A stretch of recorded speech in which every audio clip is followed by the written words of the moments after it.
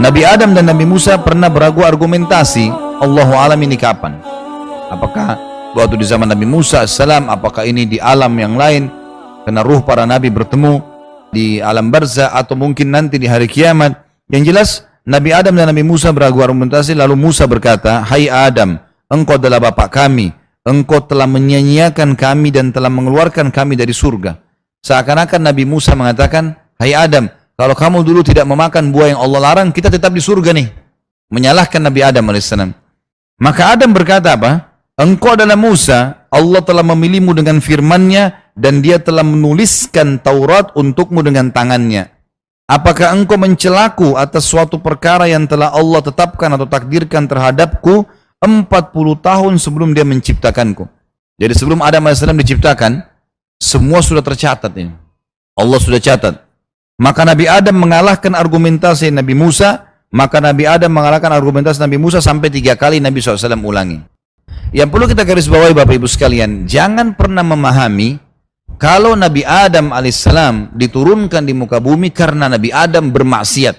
Pisahkan antara dosa yang Nabi Adam lakukan karena memakan buah dengan diturunkan di muka bumi. Kenapa? Karena memang Allah sudah takdirkan Nabi Adam turun di bumi. Nggak ada hubungannya dengan dosanya. Buktinya waktu Allah pertama ciptakan Adam alaihissalam, apa kata Allah dalam surah Al-Baqarah? A'udzu billahi minasyaitonir rajim.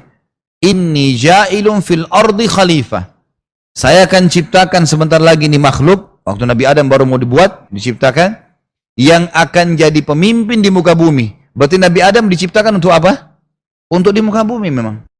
Jadi yang dimaksud dalam hadis ini, jadi mau menjelaskan kepada Musa, Nabi Adam mengatakan, ini sudah Allah tentukan, saya memang harus turun di muka bumi.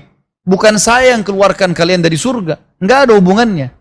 Perlu difahami ini, karena banyak orang faham, Nabi Adam karena berbuat dosa, Allah hukum turunkan bumi. Jadi bumi ini seperti tempat hukuman.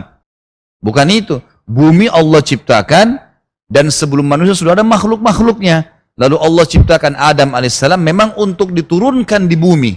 Inni ja'ilun fil ardi khalifah. Saya akan ciptakan makhluk yang akan jadi pemimpin di muka bumi. Jadi memang begitu. Tapi sebelum ke bumi, Nabi Adam alaihissalam ditinggalkan di surga dulu. Masalah kasuistik Adam alaihissalam memakan buah yang dilarang, dan ini bukan buah khuldi. Jangan bilang buah khuldi ya. Karena Allah tidak sebutkan buah khuldi. Yang sebut khuldi itu iblis.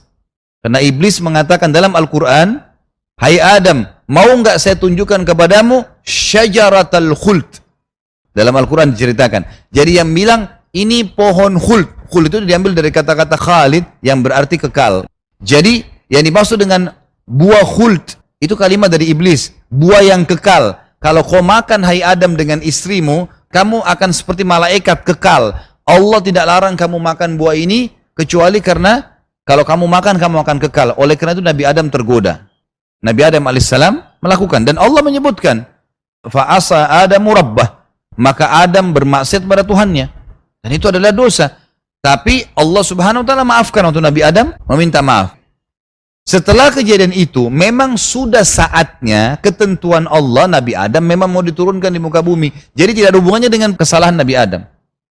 Ini penting sekali untuk difahamin. Karena kalau kita faham yang seperti tadi, lawannya ini, misal, oh karena Adam bermaksiat alaihissalam berarti diturunkan di muka bumi. Jadi bumi seperti ini tempat hukuman. Enggak. Bagaimana caranya dianggap hukuman? Enggak. Allah memang ciptakan dari awal untuk itu. Dengan hikmahnya, dengan keadilannya. Dan di sini juga teman-teman tidak perlu bertanya, kenapa Allah? Kenapa Allah? Enggak ada pertanyaan ini, bukan di lautan ini. Kenapa Allah buat ciptakan manusia? Kenapa Allah buat surga dan neraka? Kenapa Allah buat ini dan buat itu? Semaunya pencipta, jangan protes. Kita aja nggak bisa mengatur makanan yang masuk di badan kita, yang mana jadi kotoran, yang mana jadi nutrisi kok. Terus mau protes. Kita aja nggak pernah bisa buat apa-apa. Kita yang sangat lemah manusia. Hanya sekedar memilih saja, berbuat, nggak lebih daripada itu. Apa yang manusia bisa lakukan? Ada yang bisa buat di sini 1 buah anggur saja. Ada yang bisa di sini 1 anggur, buat kulitnya, tempel begitu di tangkainya. Anggur asli loh ya. Bukan anggur mainan. Yang asli seperti itu. Seperti Allah buat. Rasanya sama, bentuk. Nggak ada. 1 buah. Bagaimana kalau disuruh buat anggur semua? Bagaimana kalau disuruh buat semua buah? Bagaimana kalau disuruh buat dirinya sendiri? Manusia cuma bisa buat robot. Robot pun kena menciplak ciptaannya Allah. Itu pun tidak bisa seperti manusia. Manusia bisa sedih, bisa senang, bisa gembira, bisa tidur, bisa bangun. Robot berdiri terus.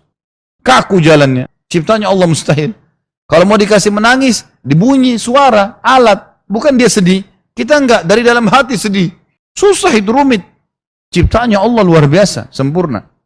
Jadi hati-hati. Jangan tanya urusan dengan Allah, kenapa? Enggak ada urusan. Kalau manusia kita tanya, kenapa tadi enggak datang? Mungkin. Kalau Allah terserah, Allah sang pencipta.